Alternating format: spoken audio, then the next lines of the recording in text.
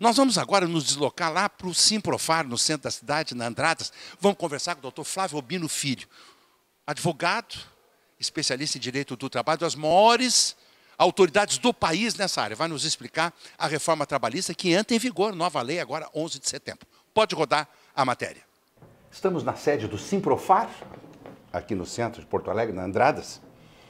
Vamos conversar com o doutor Flávio Albino Filho sobre reforma trabalhista. É um tema que está em voga, todo mundo tem discutido esse tema.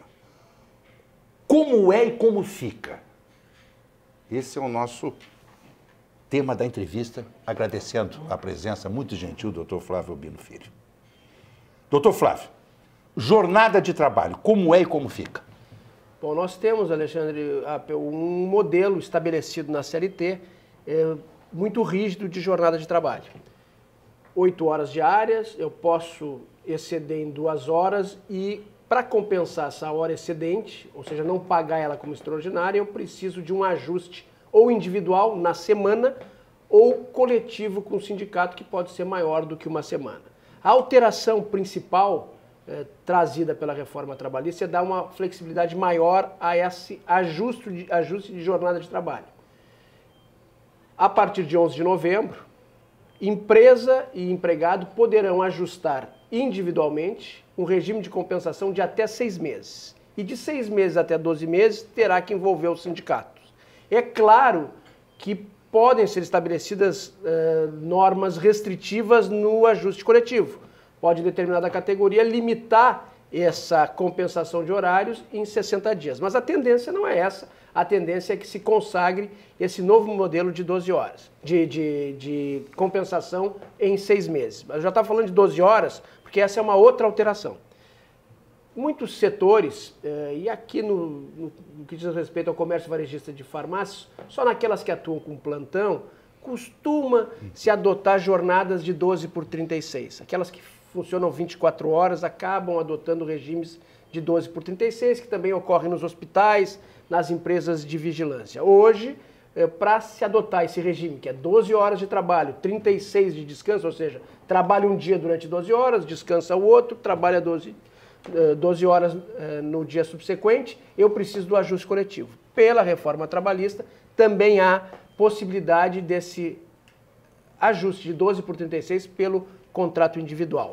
Então, são modificações no modelo de jornada que são trazidos pela reforma trabalhista, que dão mais flexibilidade. Junto com esses, nós temos também o trabalho parcial, o part-time, que antes ele era muito engessado. Eu não podia fazer horas extras no part-time e acabava inibindo, porque a gente não sabe se vai ter o serviço extraordinário ou não. Aí eu tenho um trabalhador em part-time, não posso fazer horas extras. A partir de agora há a possibilidade de trabalho em horas extras. E uma grande mudança, eu já estou me avançando quando me pergunta de jornada de trabalho, mas é o contrato intermitente.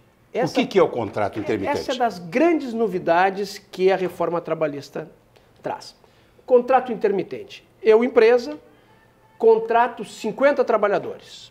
Estabeleço com eles uma única condição, que é o salário hora, que não pode ser inferior ao dos meus demais empregados. Acerto com ele o trabalho hora. Quando eu precisar desse trabalhador, pode ser numa sexta-feira, num fim de semana, durante uma semana, durante um mês, eu mando uma convocação para esse empregado.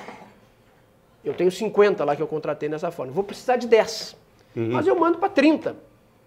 E esses 30 me respondem. Eu tenho que mandar 3 dias antes do primeiro dia de trabalho e eles me respondem. Quero. Está acertado, vai trabalhar comigo. Se ele ficar quieto, não responder, não vai trabalhar. Ele tem outro emprego, teve um outro convite, tem uma questão particular. E esse mesmo trabalhador pode ter esse contrato comigo e com 3, 4 concorrentes meus. E ele vai aceitar o convite daquele que for melhor para ele, que tiver um salário mais alto, tiver melhores condições.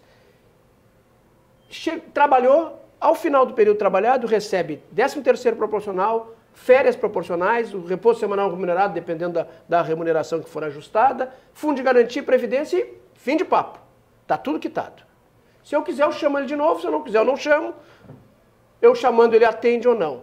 Isso permite que as empresas economizem com horas ociosas que tem hoje dentro das suas empresas e possibilita também que esses empregados, que normalmente são contratados na informalidade, venham para a formalidade. E todos vão ganhar em escala e produtividade, nós vamos ter aí geração de pós-trabalho, sim, em função do contrato intermitente, que para mim é das grandes e talvez a mais significativa alteração nesse modelo engessado que nós temos de contratação.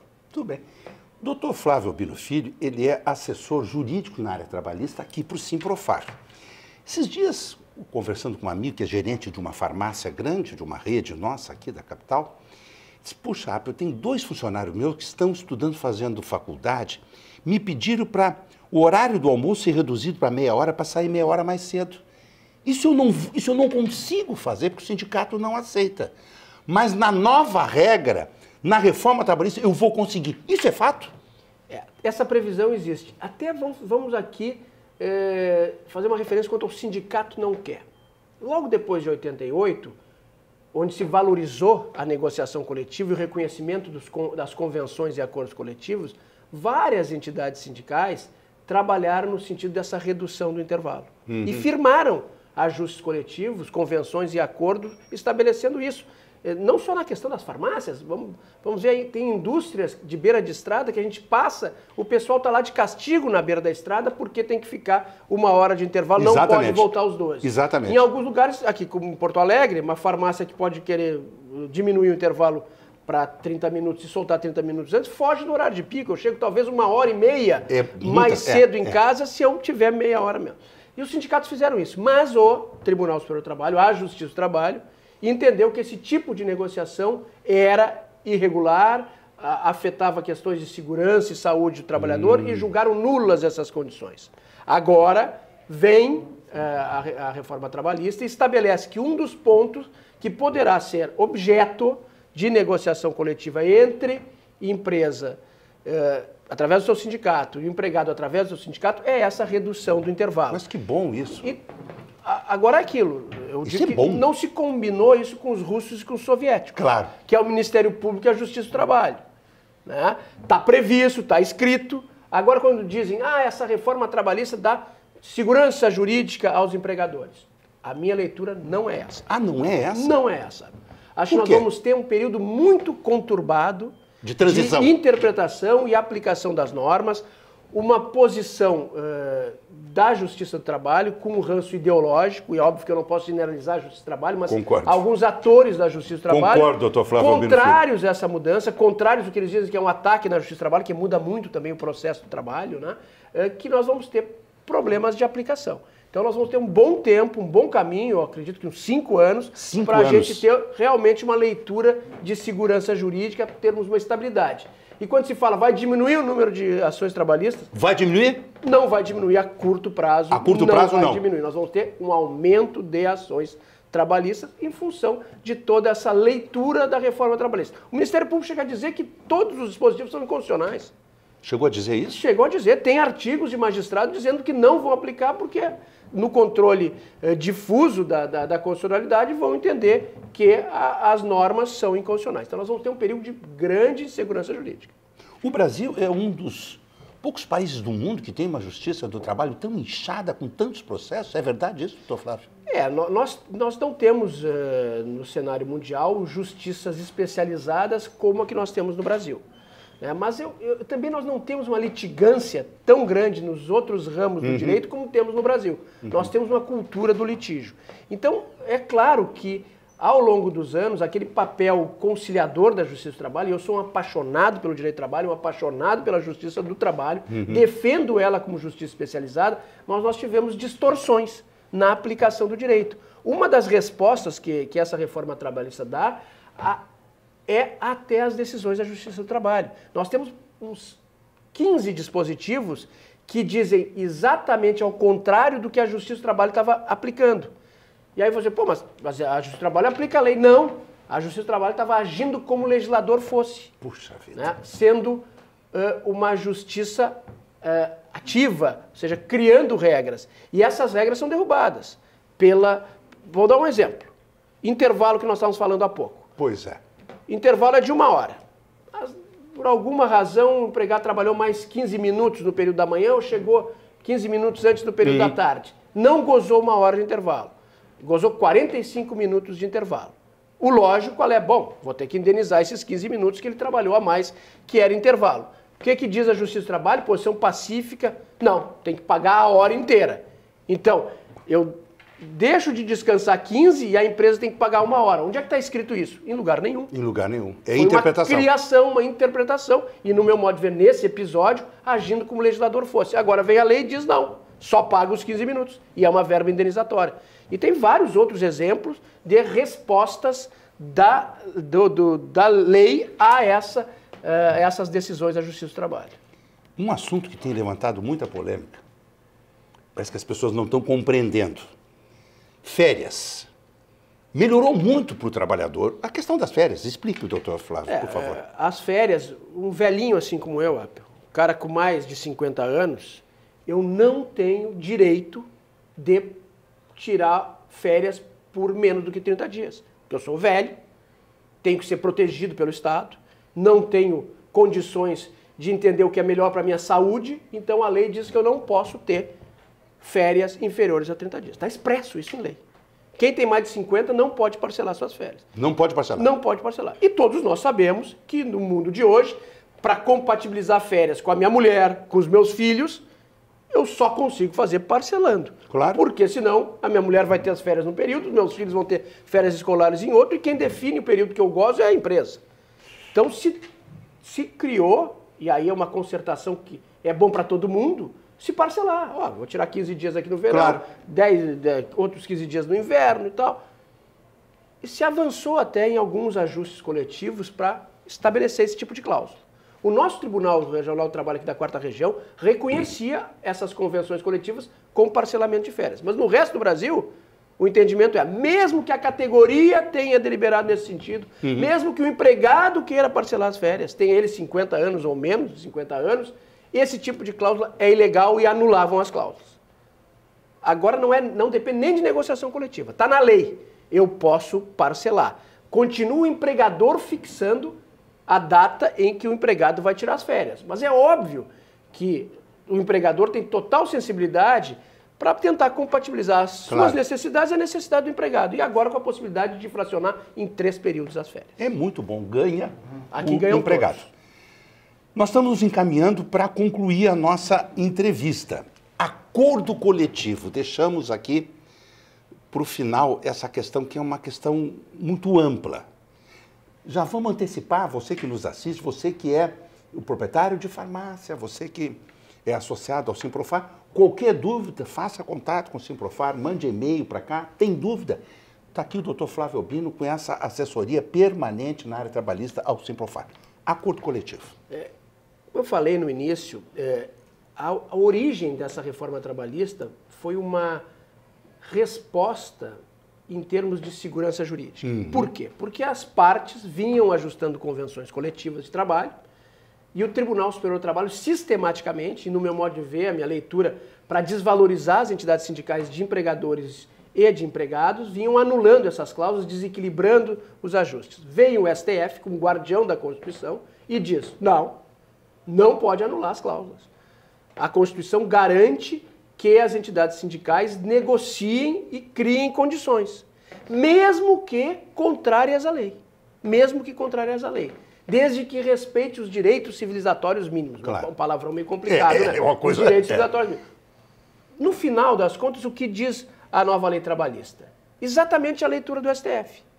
E ela é pedagógica nesse ponto. Ela diz, podem as partes negociar de forma contrária ao estabelecido em lei, e exemplifica alguns pontos.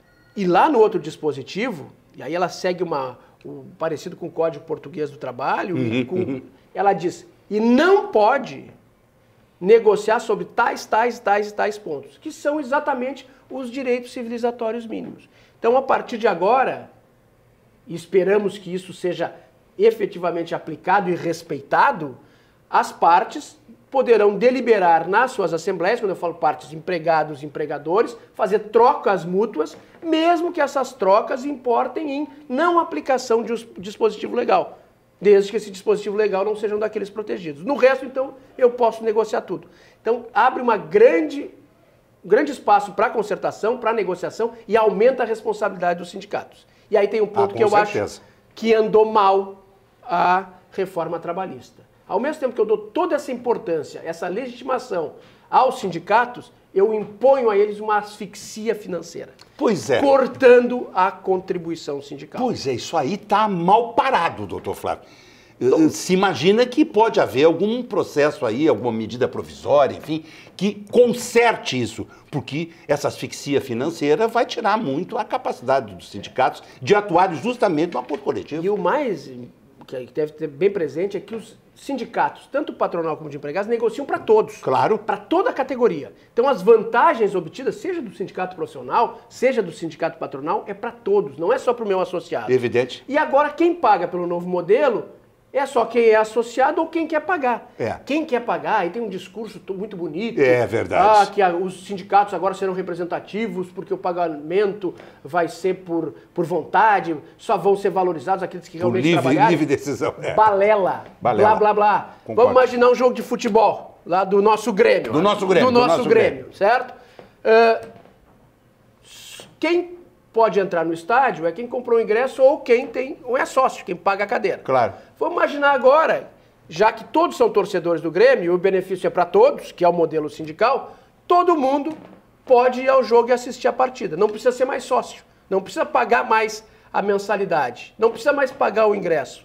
Alguém vai continuar espontaneamente pagando ao Grêmio? Claro que não, é a mesma coisa com os sindicatos. Se eu continuo com a obrigação do todo, todos têm que pagar. Isso não é uma novidade brasileira. A OIT consagra esse modelo. Na Argentina nós temos as contribuições de solidariedade, que são assim, todos pagam pelo benefício conquistado pelos associados, pelo sindicato.